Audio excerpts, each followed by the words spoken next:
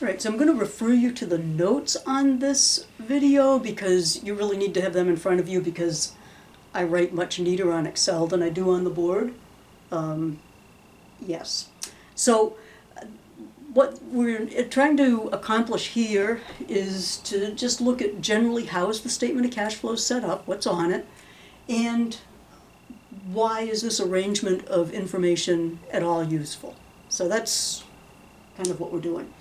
So if you look at the notes, you can see there are four main sections to the statement of cash flows.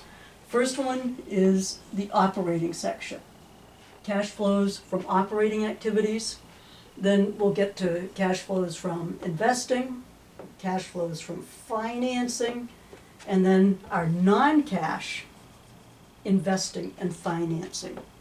And in between those, there's sort of the reconciliation of cash section, where we just reconcile the change in cash to the, add it to the beginning, and we should get the cash at the end of the period, which makes sense. Okay, so let's start by looking at the operating section first. This is the only section where we have to make a bunch of adjustments. We're starting with net income. So the net income on this example is $47,890. So we're starting with that $47,890, and we're saying, well, how much cash did we actually generate? And the net cash provided by operating ends up at $71,290. So wait a minute. This is our net income. Our net income's like $48,000 approximately, and then we somehow got over $70,000 in cash out of that? What's up with that? Why could that possibly be? Well, let's think a little bit about the income statement, and maybe this will help. Adjustments to reconcile net income to cash provided by operating activities. So the first thing we're going to do is we're going to add back depreciation expense of $55,000. Okay, so we're adding that to our net income, we're adding that back because, think about it, did you write a check for depreciation expense? No. You wrote a check at some point to buy a truck or a building, and then the depreciation expense is just allocating the cost of that payment you made sometime back over the useful life of whatever the asset was. So no cash went out. So when we're trying to get from net income to cash, we have to add back depreciation expense. Okay? I'm going to skip down here to the gain on the sale of equipment. That was $4,000, and we have to deduct that. Now, did we actually receive anything on that? I don't think so. If you look at the example that I give, the gain on the sale was $4,000. And so if you think about where that came from, a piece of equipment was sold. And I have down that, say you had a piece of equipment that it was on the books for $20,000 and it had accumulated depreciation of $18,000, and we sold the equipment for $4,000. Well, if you do that journal entry, you would say, oh, okay, so we sold it for, what did I say, $6,000? $6,000, okay? The accumulated depreciation was $18,000. We have to take the equipment off the books. Okay, so here's our equipment at the cost of $20. And then, this is 18 and 6 is 24. This is where our gain comes in. Does that gain involve cash? No. The cash we received is right here. The gain is simply something that we would have added to the balance of our income statement. We'd say, oh yeah, we had a gain, and so when we did revenues minus expenses, that gain would have been $4,000 added to our net income, and no cash came in. So that's why we have to take that out. We have to adjust that down for any gains. Okay, the increase in receivables and payables, all the adjustments to these accounts, you almost have to, work through a few cash flow worksheets and statements, and after a while they might start to make sense. Using the worksheet, it doesn't matter if they make sense because it's a mechanical process. So, but if you think about it, in this case, we had an increase in accounts receivable of 13,000, and that was deducted as an adjustment. So think about that a little bit. We had cash come in of 13,000, and it reduced accounts receivable. Accounts receivable were, probably from they were from sales that have been reported on another income statement, not the current one. So we've had an increase in accounts receivable, and that we have to deduct. And you can kind of work through the same process for inventory, prepaid expenses, accounts payable. Accounts payable, cash went out this period for something that was actually on a prior income statement already deducted. So that's why when we have an increase in accounts receivable, we have to deduct it. And when we have our increase in accounts payable, that actually gets added back. And for some reason in this example, they're the same number. That's not always the case. Okay, so going back to sort of the overview here, we got net income. We're going to make a whole bunch of adjustments.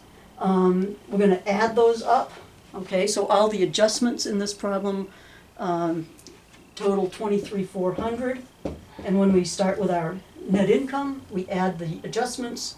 We get the cash provided or used by operating activities. Okay, so that's our operating section. Then we've got investing, our investing section. Maybe we sold some land, we purchased equipment, we sold equipment. Here we're just telling what happened. We don't have to make any adjustments. It's just, okay, so what did we sell the equipment for? Let's see, we sold land at cost for 40,000, okay? So we purchased some equipment for 80,000 that used some cash. And then we sold equipment and presumably got some cash for that for 37.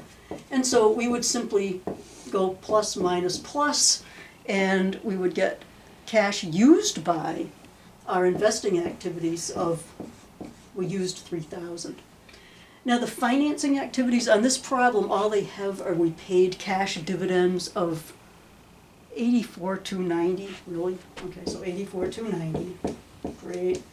And other financing activities could be we issued bonds payable, we issued common stock, we redeemed bonds payable or retired them, and so those would be considered financing activities.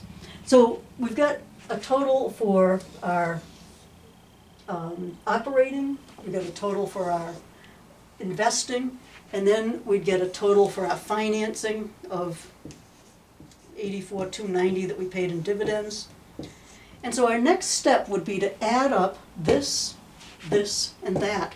And that's going to give us the change in cash. And in this case, we have 16,000 decrease in cash.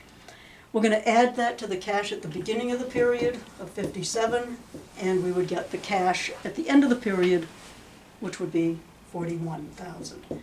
So when we actually get to do these numbers will all make a little bit more sense to you, but right now you should just be aware of the four sections. The operating section, you're starting with a net income, making adjustments, you're getting to cash used by or provided by operating, you're just telling what happened with these, the investing and financing. Then you have to do the cash reconciliation, and then if you have non-cash investing and financing activities, that would go at the very end. This could be you buy a building and instead of paying cash you issue stock. It could be you buy some equipment and you issue bonds payable. So in other words, there's no cash involved in these transactions. I think in this problem they issued 30,000 shares of stock to convert bonds payable, so converting bonds to stock. Those are non-cash, and those would just get itemized down below. Okay, so that's your basic layout. Now, why would this particular layout be useful? What can we learn from this? Well, I guess when you're coming at net income, to arrive at that, there's a lot of estimates. So you're estimating the depreciation expense is an estimate, your bad debt expense is an estimate, your salvage value on equipment is an estimate, and so there's plenty of room for, well, manipulation or error, messing with the books, messing with earnings. It's not impossible to mess with the statement of cash flows. It's just a little bit harder. Krispy Kreme donuts did it, with bad results. But anyway, so this is really focusing in on the cash, and there's it doesn't rely on a lot of the estimates there. The other thing that the statement of cash flows can tell us is what's the company really doing with its money, where's it getting it, what's it spending it on. So if you look at these annual reports of companies, they'll give, oh, we're doing this, we want to do that, we're doing yada yada, but this says what they're actually doing with their money and where they're actually getting it. So if you look at the statement of cash flows that I have as an example here, you see that net income starts at 47.8, and they're getting a lot of their funds are coming from their operating activities. Okay, so the 71.2, well, I get a different example. Oh, this is a different example here, but the they're getting some of the they're getting a lot of their funds are coming from their operating activities. That's really what you want to see. Some companies, they might be getting all their money from selling off equipment or selling off assets. Some companies might get it by issuing bonds payable, taking on lots of debt. And so here you can see, yeah, well, they're getting most of their funds here from operating activities. But what are they doing with it?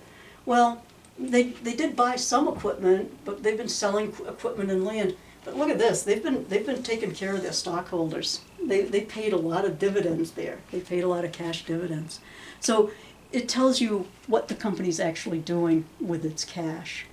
Okay, so our next step will be to figure out, we'll get to actually preparing the statements, but we have to go into a little bit more detail on what types of things, how do we classify cash into operating, investing, financing, and non-cash.